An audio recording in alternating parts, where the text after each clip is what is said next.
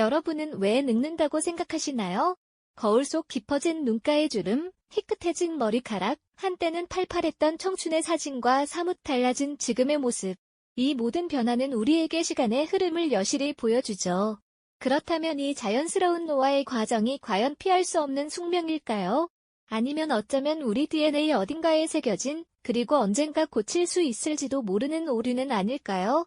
만약 우리의 수명을 결정하는 비밀 코드가 서서히 풀리고 있다면, 그리고 그 해답이 우리의 가장 깊은 곳, 즉 DNA에 숨겨져 있다면, 이 이야기는 여러분의 지적 호기심을 강하게 자극할 겁니다. 인류는 아주 오랜 옛날부터 노화라는 현상 앞에서 고뇌하고 두려워했습니다.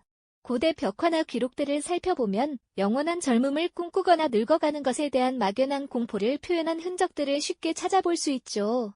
젊음과 활력이 넘치던 시기를 지나 점차 기력이 쇠하고 몸 여기저기가 예전 같지 않게 되는 경험은 시대를 초월하여 모든 인간이 마주하는 보편적인 현상입니다. 우리는 겉으로 드러나는 변화만을 노화라고 생각하기 쉽지만 사실 노화는 단순히 피부에 주름이 생기거나 머리카락이 하얗게 변하는 것만을 의미하지 않습니다. 우리 몸속 깊은 곳, 세포와 장기들이 서서히 제 기능을 잃어가고 효율성이 떨어지는 복잡한 과정이 바로 노화의 진짜 얼굴이죠. 한때는 활기 넘치던 몸이 시간의 강물에 휩쓸려 점차 그 빛을 잃어가는 모습은 마치 태엽이 풀린 시계처럼 느껴지기도 합니다. 오랜 세월 동안 인류는 노화를 그저 자연의 섭리 피할 수 없는 운명으로 받아들여 왔습니다. 하지만 현대 과학은 이 오랜 질문에 새로운 시각을 던지기 시작했습니다. 과연 노화는 그저 무작위적인 쇠퇴의 과정일까요? 아니면 생명의 설계도 안에 숨겨진 어떤 단서가 있는 걸까요?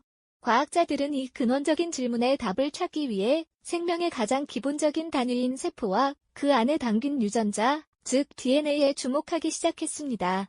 우리 몸의 모든 기능을 조절하고 생명을 유지하는 핵심 정보가 담긴 이 이중나선 구조의 DNA 속에서 노화의 진짜 비밀을 파헤치려는 여정이 시작된 것이죠. 현미경 아래에서 세포가 분열하고 성장하며 또 어떤 과정을 거쳐 노화하는지를 관찰하면서 과학자들은 놀라운 사실들을 발견했습니다. 마치 정교하게 짜인 생명의 암호처럼 DNA 염기서열 속에는 우리가 상상했던 것 이상으로 많은 정보가 담겨 있었고 그 안에서 노화의 실마리를 찾을 수 있을 것이라는 희망을 보게 된 겁니다. 세포 하나하나가 어떻게 시간을 인지하고 반응하며 또 어떤 메커니즘으로 점차 기능을 상실해가는지 이 모든 과정의 근본적인 원인이 바로 DNA 속에 숨어 있다는 깨달음은 인류가 노화를 바라보는 시각을 완전히 바꿔놓았습니다. 생명의 신비를 풀어내는 이 경이로운 여정은 이제 막 첫걸음을 뗀 셈이죠.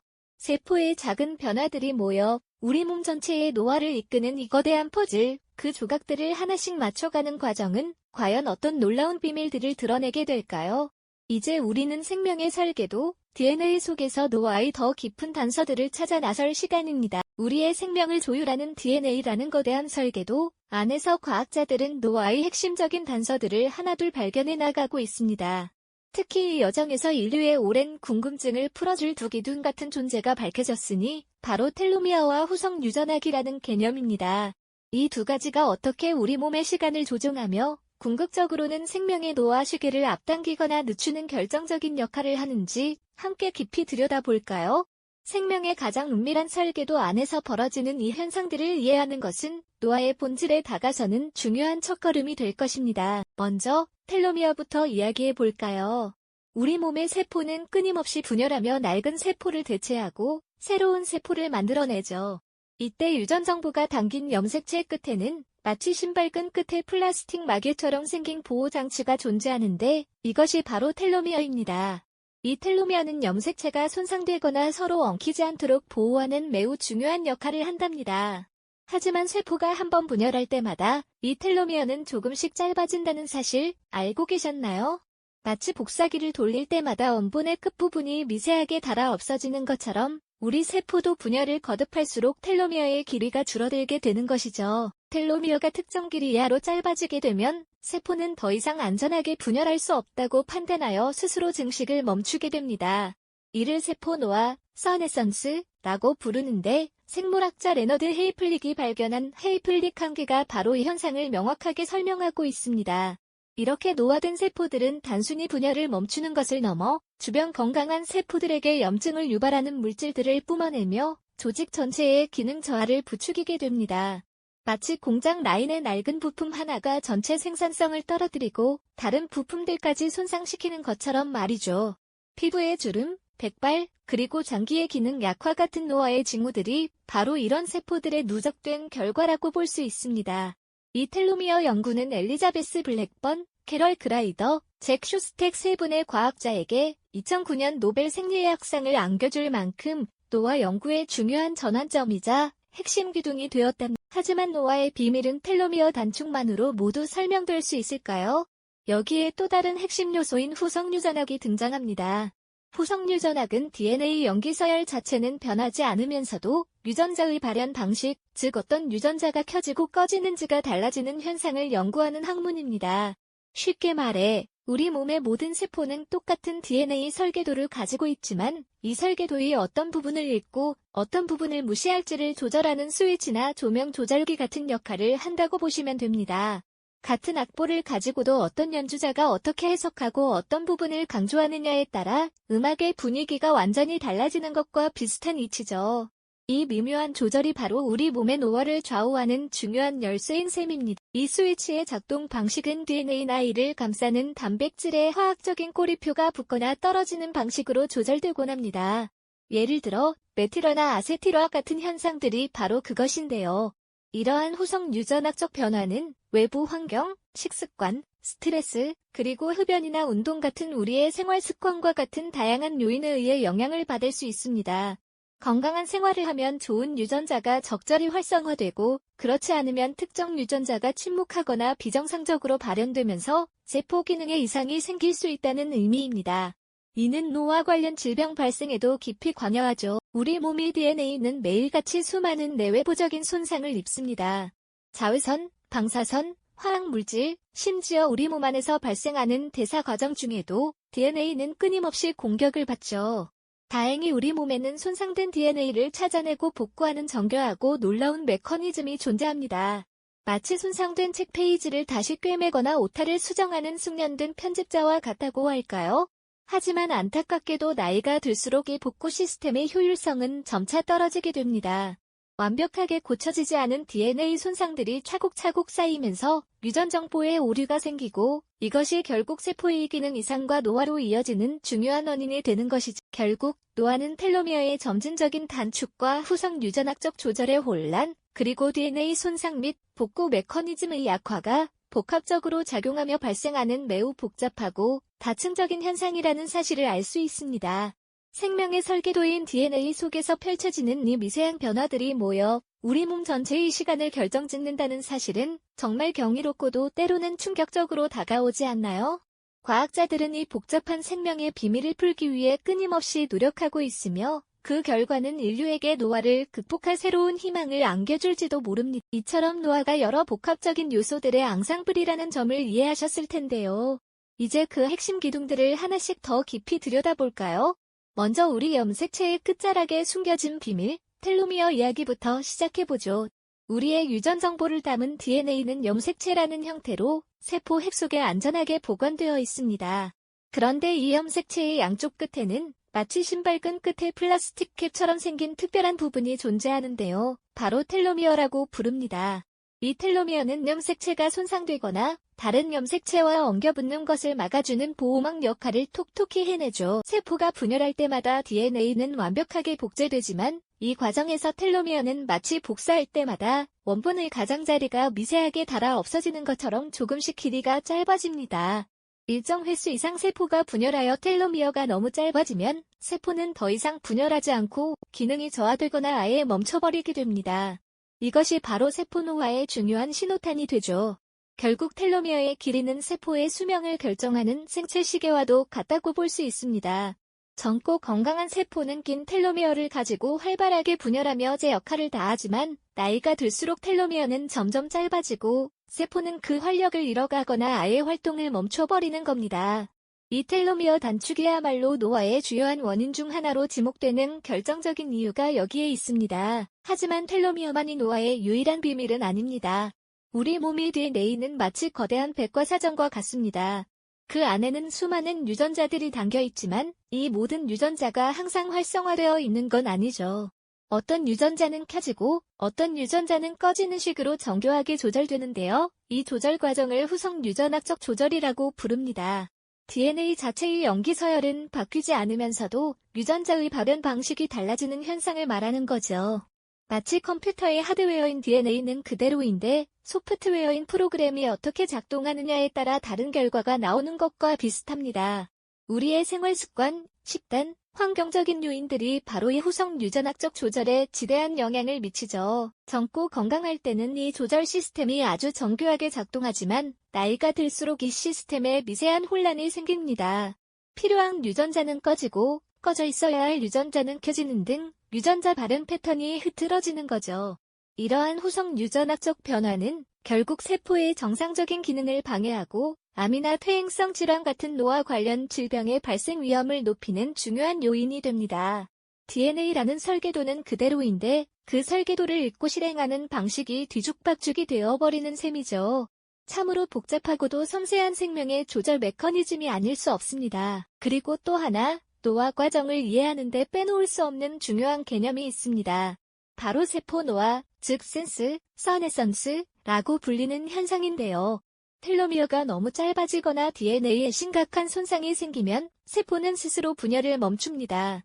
그런데 이 세포들이 죽지 않고 몸속에 계속 남아있으면서 주변 세포들에게 염증을 유발하는 물질이나 손상 신호를 끊임없이 내뿜기 시작합니다. 마치 좀비처럼 말이죠.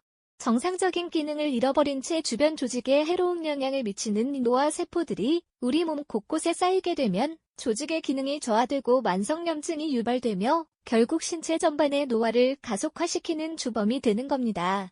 건강한 몸이라면 이런 노화 세포들을 면역체계가 찾아내 제거하지만 나이가 들수록 이 제거 능력 또한 약해지는 것이죠. 결국 텔로미어의 단축, 후성 유전학적 변화의 혼란, 그리고 DNA 손상 및 복구 메커니즘의 약화가 복합적으로 작용하여 세포 노화를 촉진하고 이 노화 세포들이 쌓이면서 우리 몸은 점차 쇠퇴의 길을 걷게 되는 것입니다. 이 모든 과정이 마치 거대한 퍼즐처럼 정교하게 맞물려 돌아가며 우리의 노화를 결정짓는다는 사실은 정말 경이로우면서도 한편으로는 깊은 생각에 잠기게 만듭니다. 생명의 근원적인 설계도 속에서 펼쳐지는 이 미세한 변화들이 우리 몸 전체의 시간을 빚어내는 방식은 실로 놀랍고 이 비밀을 파헤치려는 과학자들의 노력은 인류에게 새로운 희망을 제시하고 있는 것이죠. 과연 우리는 이 생체 시계를 되돌릴 수 있을까요? 이 질문에 대한 답을 찾아가는 여정은 인류의 가장 깊은 열망과 맞닿아 있죠. 우리가 생체 시계를 되돌릴 수 있을까 하는 물음은 단순한 호기심을 넘어 과학의 최전선에서 현실로 다가오고 있는 꿈이기도 합니다. 지난 시간, 노화의 복잡한 메커니즘을 DNA 수준에서 들여다보며 생명의 신비에 경외감을 느꼈다면 이제는 그 신비를 해독하고 시간을 역행하려는 인류의 대담한 시도를 살펴볼 때입니다. 과연 과학은 우리 몸속 시간의 흐름을 멈추거나 심지어 되돌릴 수 있을까요? 그 해답을 찾아 과학은 지금 어디까지 와 있을까요? 먼저 텔로미어의 단축이 노화의 핵심 원인이라는 사실을 알게 된 이후 과학자들은 이 마모된 염색체 끝단을 다시 늘리는 방법을 연구하고 있습니다. 마치 실의 끝이 풀려 더 이상 엮일 수 없을 때 새로운 실을 덧대어 길이를 연장하려는 시도와 같다고 할 수 있죠. 텔로머라제라는 효소를 활성화하거나 유전자 조작을 통해 텔로미어의 길이를 유지하거나 심지어 늘리는 연구가 진행 중인데요. 이는 세포의 수명을 연장하고 노화를 늦추는 데 중요한 가능성을 제시하고 있습니다. 아직은 초기 단계지만 이러한 연구는 노화의 속도를 늦추는 것을 넘어 젊음을 되찾는 시대를 꿈꾸게 합니다. 뿐만 아니라 유전자 편집 기술의 비약적인 발전도 노화 연구에 혁명적인 변화를 가져오고 있습니다. 특히 크리스퍼캐스9 같은 유전자 가위 기술은 마치 DNA라는 생명의 설계도를 정교하게 편집하는 도구와 같아서 노화와 관련된 특정 유전자를 수정하거나 비활성화하여 노화 과정을 조절하려는 연구가 활발히 이루어지고 있습니다. 예를 들어 노화 세포의 축적을 유도하는 유전자를 제거하거나 세포 복구 능력을 강화하는 유전자를 활성화하는 등의 방식으로 노화의 근본적인 원인을 직접적으로 다루려는 시도들이 이어지고 있는 것이죠. 이는 인류가 스스로의 유전자 군명을 바꿔 쓸 수 있다는 대담한 상상을 현실로 만들고 있습니다. 또한 손상된 조직을 재생하고 젊은 세포로 교체하는 줄기세포 치료 역시 항노화 연구의 중요한 축을 담당하고 있습니다.